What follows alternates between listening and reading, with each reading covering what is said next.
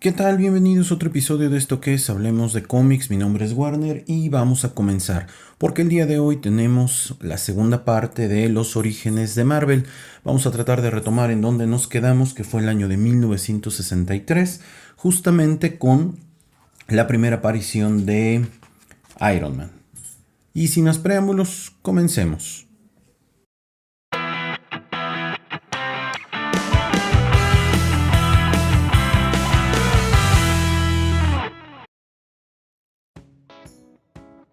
Como les decía yo en el último audio que les subí sobre los orígenes de Marvel, esta empresa la rompió a partir de 1960 y en menos de 2-3 años lograron algo bastante impresionante para la época.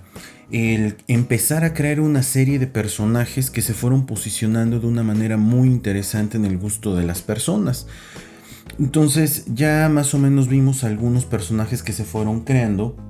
Entonces el último que vimos fue Iron Man, que les decía yo que estas primeras historias en Tales of Suspense de Iron Man, a mí la verdad no me atrapa, no es un superhéroe que yo diga, wow, voy a comprar los cómics de esa época, ¿no? En el estado que estén, porque soy fan de Iron Man, la verdad es que no. Pero bueno, hay más cosas que pasan aquí en el mundo de Marvel. Una de ellas es que igual en 1963, concretamente en marzo, aparece por primera vez el título de The Amazing Spider-Man número 1. Este es uno de los títulos más relevantes porque si bien Amazing Fantasy, la primera aparición de Spider-Man es muy importante, este es el primer cómic 100% dedicado a las aventuras del Arácnido. Y en esta primera historia podemos ver cómo Spider-Man va a visitar a los Cuatro Fantásticos e intenta convertirse en un miembro de ellos. Y pues bueno, tienen ahí un primer encontronazo. Pero en este primer número también aparece un primer villano de Spider-Man. Es el famosísimo Camaleón. A lo mejor para muchos de ustedes no están tan familiarizados con él, porque si se dan cuenta, a Spider-Man y a Batman les pasa algo muy similar, y perdón que meta yo a Batman en algo de Marvel, pero tiene una galería de villanos tan grande que de repente la gente solamente conoce a los que son más llamativos, a los que en realidad los escritores le han metido más galleta. Esto tiene que ver con una cuestión de gustos en realidad. Pero el Camaleón es un gran personaje por donde lo quieras ver.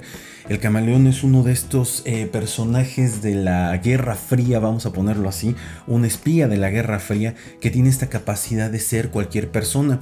A lo mejor muchos de ustedes que son de una generación muy muy joven no recordarán, pero antes de que existieran las películas de Misión Imposible con Tom Cruise, había una serie de televisión que se llamaba Misión Imposible.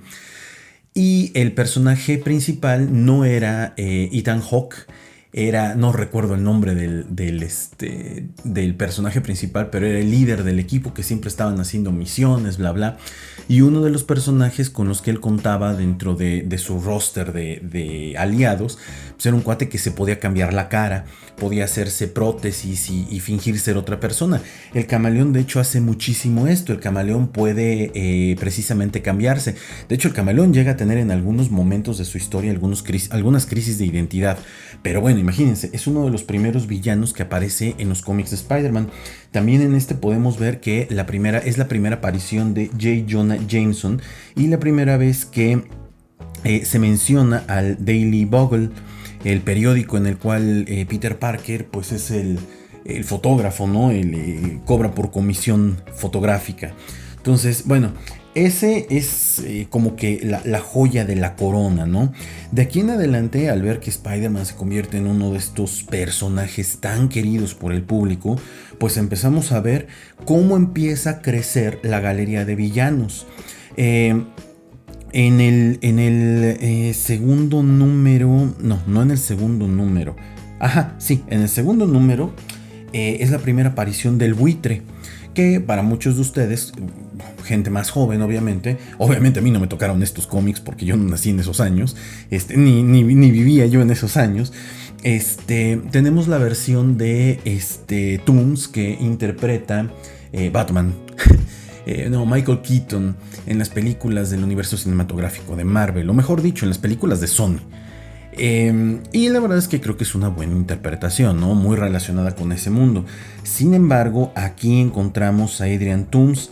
Es un inventor que creó un arnés electromagnético que le permitía volar. Entonces, nuevamente tenemos a un científico. Recuerden que esta es una época en donde los científicos son los grandes villanos. Es la época de la ciencia. Es la época donde en las mismas películas de esos años, los científicos locos que trataban de conquistar y dominar al mundo. Entonces, bueno, ahí tenemos un segundo. A lo mejor en este video van a escuchar que voy a hablar mucho de estas primeras apariciones de los villanos de Spider-Man, pero es muy importante porque ahí van a ver que estos villanos tienen una gran importancia, creo yo, a diferencia de los otros superhéroes que si bien tienen una galería de villanos, no es como la de Spider-Man, porque entonces la gente empezaba a escribir al cómic y decía, oye, queremos ver más de queremos ver más de aquel. Entonces, bueno, ahí podemos continuar. Esa es la primera aparición concretamente de El Buitre. También otro dato importante es que recuerden que Fantastic Four se siguió publicando y en el lapso del 61, 62, 63 llegaron por fin al número 13 y en ese número 13 es la primera vez que aparece Uatu. Este personaje peloncito, disculpen que haga yo tanta alusión al universo cinematográfico de Marvel, pero pues mucha gente de repente que no está tan empapada en el mundo del cómic, que es a quienes va dirigido este podcast, también a los demás que quieran escucharlo obviamente, aparece este peloncito, ¿no? Hay una escena donde aparece Stan Lee con un grupo de Uatus, ¿no? De vigilantes.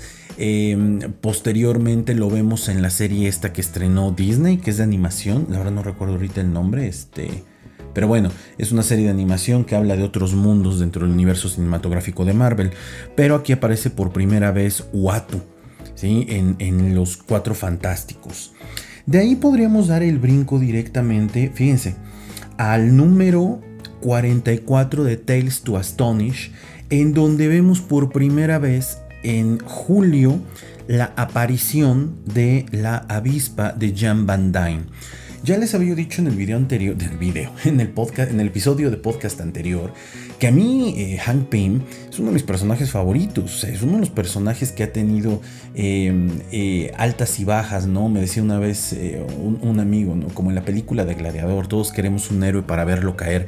Y creo que Hank Pym ha sido uno de estos héroes que en el universo de Marvel, de los cómics, lo hemos visto subir y caer, levantarse, reinterpretarse y demás.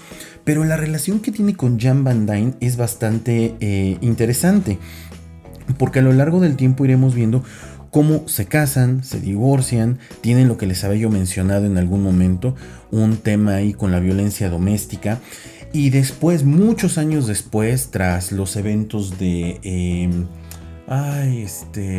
Avengers Disassembled, el primer arco narrativo que escribe Brian Michael Bendis a mediados de los 2000, ellos retoman su relación para después volverse a separar. Entonces es una primera aparición muy importante porque los vamos a empezar a ver como un dúo. De hecho tienen una dinámica muy interesante porque para la época el hecho de que ella no sea la mujer alrededor de él que le lleva los papeles, etcétera, sino que es una mujer muy liberal, una mujer que inclusive lo impulsa para que haga más cosas, porque así es como le escriben, es bastante llamativo. Por eso creo yo que es uno de los personajes en el mundo del cómic que merece un punto y aparte. Creo que el trabajo en el UCM se ha hecho bien, a secas, pero creo que han podido sacarle un poquito más a este personaje de Jan Van Dyne. En ese mismo año de julio, ese mismo mes de julio, aparece el número 3 de The Amazing Spider-Man. Y nos trae, creo yo, o bueno, a mi parecer, al mejor personaje, al mejor villano que tiene Spider-Man. Hay muchos que dicen que es el Duende Verde. Hay muchos que dicen que es Venom. Hay muchos, ¿sí?, que dicen que es Kraven. Pero para mí, creo yo que uno de los personajes más ricos en historias, en desarrollo de personaje y cómo ha ido evolucionando desde 1963 es el Doc Ock. el Doctor Octopus, Otto Octavius. Entonces, aquí es donde aparece por primera vez Otto Octavius. Y la verdad es que volvemos al mismo punto. Un científico que inventa unos brazos y que con estos brazos tiene un accidente con radiación, ¿sí? Y pues se sale de sus cabales. Y pues bueno, empieza a hacer lo que cualquier nerd haría, ¿no? Al salirse de sus cabales, empieza a convertirse en un villano. Aparte, recordemos que para esta época la redacción de la mayoría de los villanos era muy sencilla. Todos tienen un accidente, son científicos, se vuelven científicos locos y sus motivaciones son muy simples: vengarse, volverse millonarios, conquistar al mundo. Y poco a poco esas motivaciones los diferentes escritores en el paso del tiempo las van cambiando. Bueno, de ahí, creo yo que podríamos brincar. A ver, espérenme, estoy viendo mis notas. Sí, estoy viendo aquí mis notas. Podríamos brincar directamente a el mítico septiembre del 63. Una vez que Stan Lee, Lieber, Ditko, Jack Kirby tenían una serie de personajes ahí creados, la empresa Timely Marvel les pide que formen un grupo como los superhéroes de la Liga de la Justicia, porque es como algo que le estaba faltando a la empresa. Independientemente de que tuvieran a los Cuatro Fantásticos, era una dinámica muy diferente. Aquí lo que querían era ver a estos superhéroes. Y la primera gran decisión viene en a quién vamos a poner en este equipo.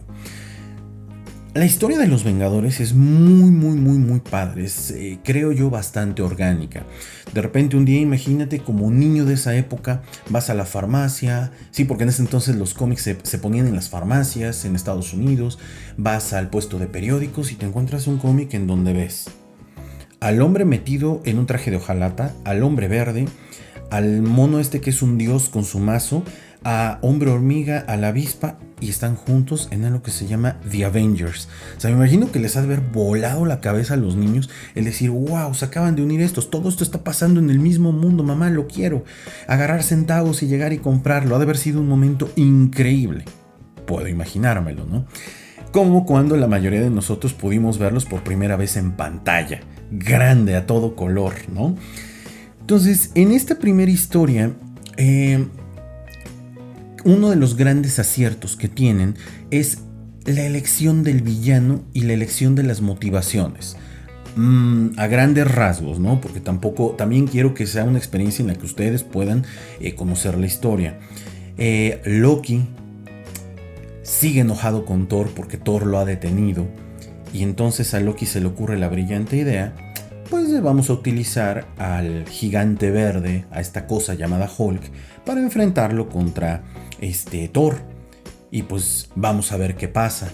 Entonces hay algo ahí medio extraño, porque Thor creo que trabajaba en un circo y se acaba escapando. Es una cosa súper extraña. Recordemos, es una época diferente. Los cómics no necesariamente tenían esta continuidad, ¿no?, entre estas historias, entre diferentes superhéroes. Y entonces este primer descontrol de Hulk hace que los superhéroes se unan. De hecho, quien une este equipo es Hank Pym. O sea, imagínense nada más lo que les estoy diciendo. El lugar de Hank Pym y la avispa pues era un lugar top dentro de estas historias de superhéroes, y que poco a poco y con el paso del tiempo los fueron relegando a un lugar secundario, en donde los que tomaron la iniciativa o la batuta, bueno, en el equipo de los Vengadores, porque Marvel siempre ha tenido en la batuta y en la cabeza Spider-Man en cuestión de ventas, Thor, Capitán América y Iron Man, aunque en conjunto, sí, por separado no vendan tanto como lo venden a través de los cómics de los Vengadores. Y pues bueno, ahí tenemos una primer historia perfectamente dibujada por Steve Ditko, Jack Kirby. Aparte, imagínense nada más, les voy a dar un dato que igual les vuela la cabeza. Jack Kirby tenía la capacidad de hacer N número de cómics a la semana. Hoy tenemos artistas en el mundo del cómic que son unas divas y se pueden tardar años haciendo un cómic y diciendo lo vamos a retrasar porque no ha acabado de dibujar el panel. O sea, Jack Kirby trabajaba a destajo. Jack Kirby era una riata bien puesta, ¿no? La cuestión aquí es que, pues bueno, Jack Kirby tiene una personalidad muy dura, muy difícil y nunca se dejó. Y también creo yo, dentro de algún día platicaré de la historia de Jack Kirby, más allá de que nunca se dejó, Jack Kirby se dio muy rápido en Marvel, en DC y en todos lados donde trabajó, cosa que pues le benefició a muchos otros. Justamente ese mismo año aparece uno de los cómics más relevantes en la historia de Marvel. Aparece un equipo llamado los X-Men, The X-Men. Para quienes quieran conocer un poquito más de estas historias de X-Men, tengo un episodio, búsquenlo un poquito más abajo, la neta no recuerdo ahorita qué número es, que se llama Para entender a los X-Men. Yo no soy un fan de los X-Men, hay algunas historias que me gustan. En realidad no soy fan porque a mí se me hace, si de por sí el mundo del cómic es complicado, creo que el mundo de los X-Men es todavía más complicado. El mundo de los X-Men, o sea, es demasiado complejo y además creo yo que son muchas historias donde hay muchísima introspección, se toca muchísimo la cuestión de la humanidad. A lo mejor va a haber quien diga, no, estás tonto, ¿cómo crees? Se parten mucho la madre, por supuesto. Pero no son temas que a mí me interesen mucho. Creo que de lo más que me gusta es Wolverine, y me gusta Wolverine por separado porque tiene un trabajo muy interesante. Algunas historias de X-Men, les digo, pero no todo. Los exhorto a que vean ese video de Para entender a los X-Men, donde hablamos de los 10 momentos, los 10 cómics, las 10 historias más relevantes en sus primeros años, ¿no? Aparte, los pobres X-Men que siempre se han caracterizado por pelear por la equidad, porque al final del día es eso, ellos hablan mucho del tema de la equidad, son los que más han padecido el tema de la equidad en cuestión hasta de ventas. Entonces es interesante la historia, pero en algún momento tal vez lo platique yo un poco.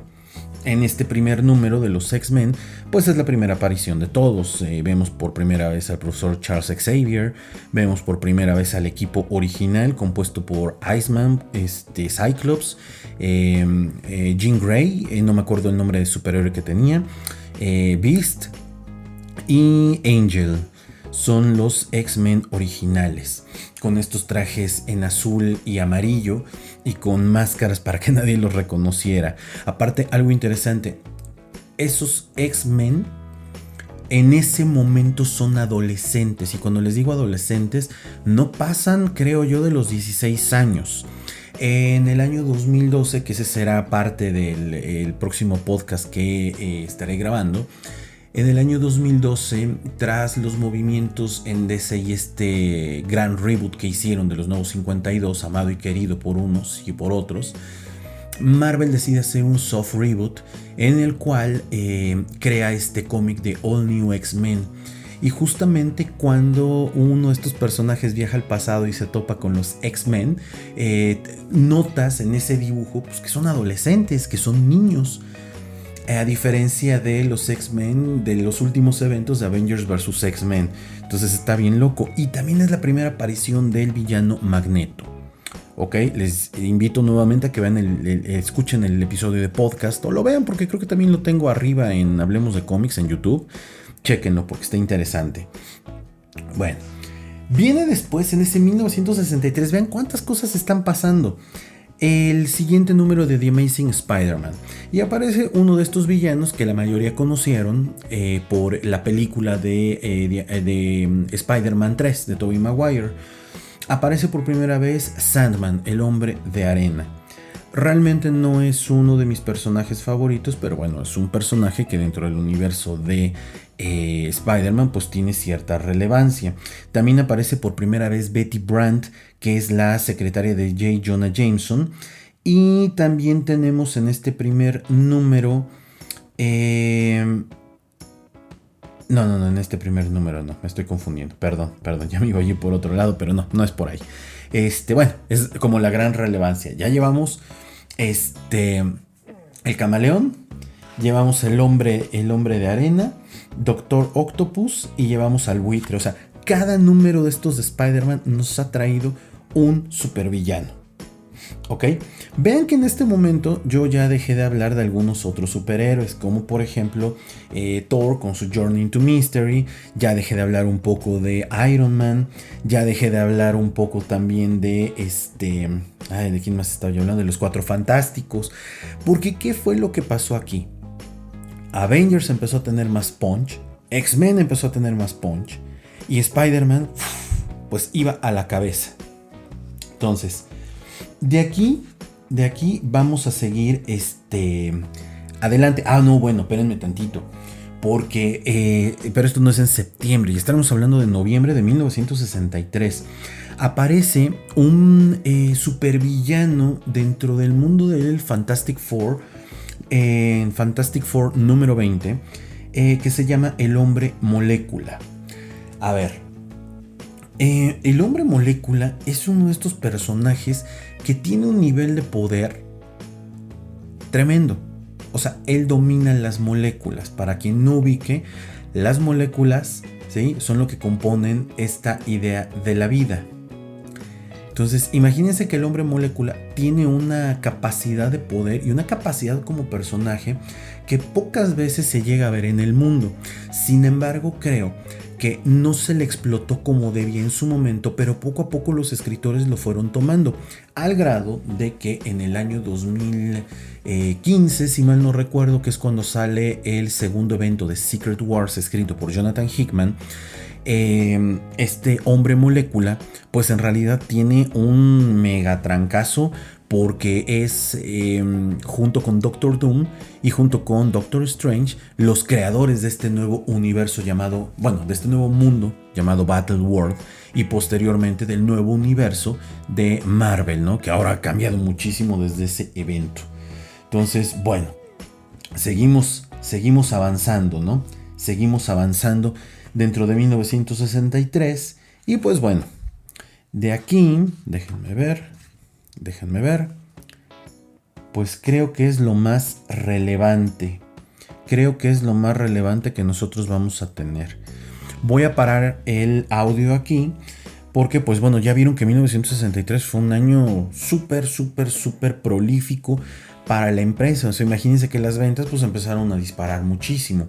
Estamos hablando que hoy prácticamente el número 1 de Amazing Spider-Man, el 2, el 3 y el 4 tienen un valor en el mercado elevadísimo, en las condiciones que el cómic se encuentre. Lo mismo que X-Men, lo mismo que Avengers, tienen un valor alto en el mercado, porque son los primeros cómics. Entonces 1963 se convierte en el año pico de Marvel, y de ahí todo empieza a explotar más. En el próximo episodio de Marvel, o los orígenes de Marvel, estaremos hablando de 1964, para ir hablando de los eventos más importantes que hay ahí. Así que espero hayan disfrutado este episodio y los leo y los escucho en otro episodio. Recuerden visitar la tienda del coleccionista de cómics, www.billianscomics.shop, la tienda del coleccionista de cómics. Y cualquier cosa me pueden escribir, contacto@billianscomics.shop, para platicar, para lo que ustedes quieran. Yo soy Warner y nos vemos en otro episodio de esto que es Hablemos de Cómics. Nos vemos. Chao.